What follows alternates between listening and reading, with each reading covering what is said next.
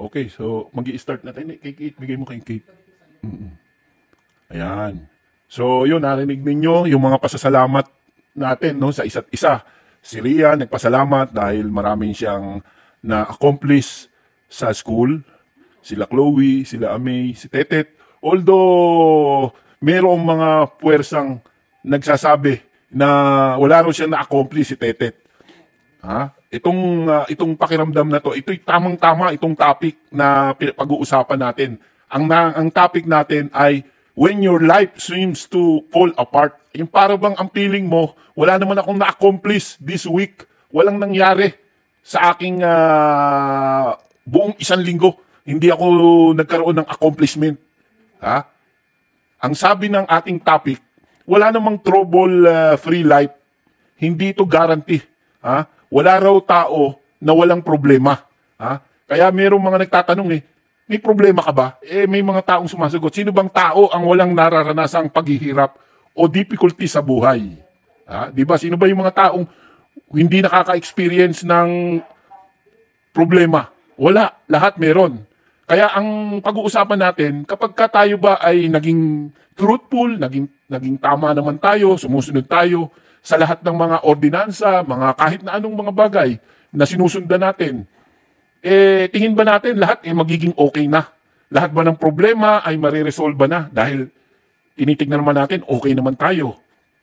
Kapag ka tayo malungkot, kailangan ba, dahil tayo naniniwala, kailangan ba lagi tayong masaya? Kailangan ba mapil natin yung laging feel good, laging okay? Sometimes, may mga dumarating sa sitwasyon, ng punto ng buhay, na hindi ganon ang kondisyon mo. May mga pagkakataon na down ka. Meron kayong minsan, may mga difficulty sa relasyon mo sa iyong mga classmate, sa iyong professor, sa iyong teacher, sa iyong mga kaibigan, sa iyong mga kapatid. Merong mga bagay na hindi talaga laging nagkakaroon ng tamang sitwasyon. Ngayon, narinig nyo na ba yung linyang, this will all be well? Magkakaayos din to.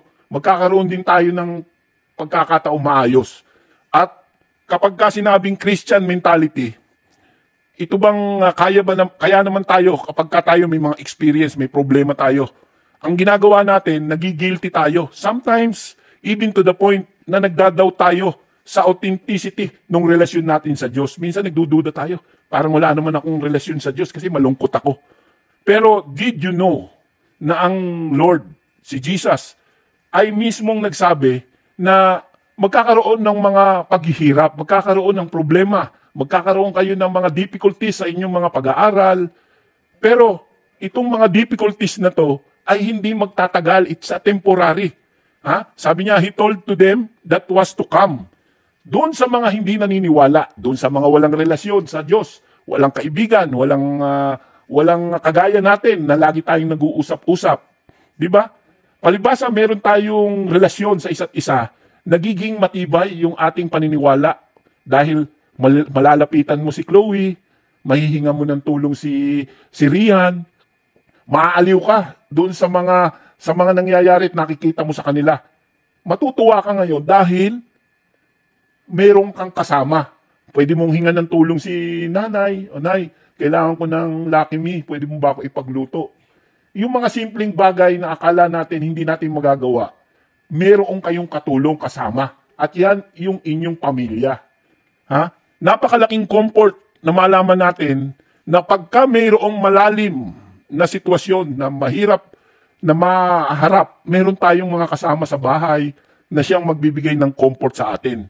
When our heart breaks, kapag ka nasaktan ang puso natin dahil inaway tayo ng ating boyfriend, meron tayong mga kasama sa bahay na magiging comfort. Ha?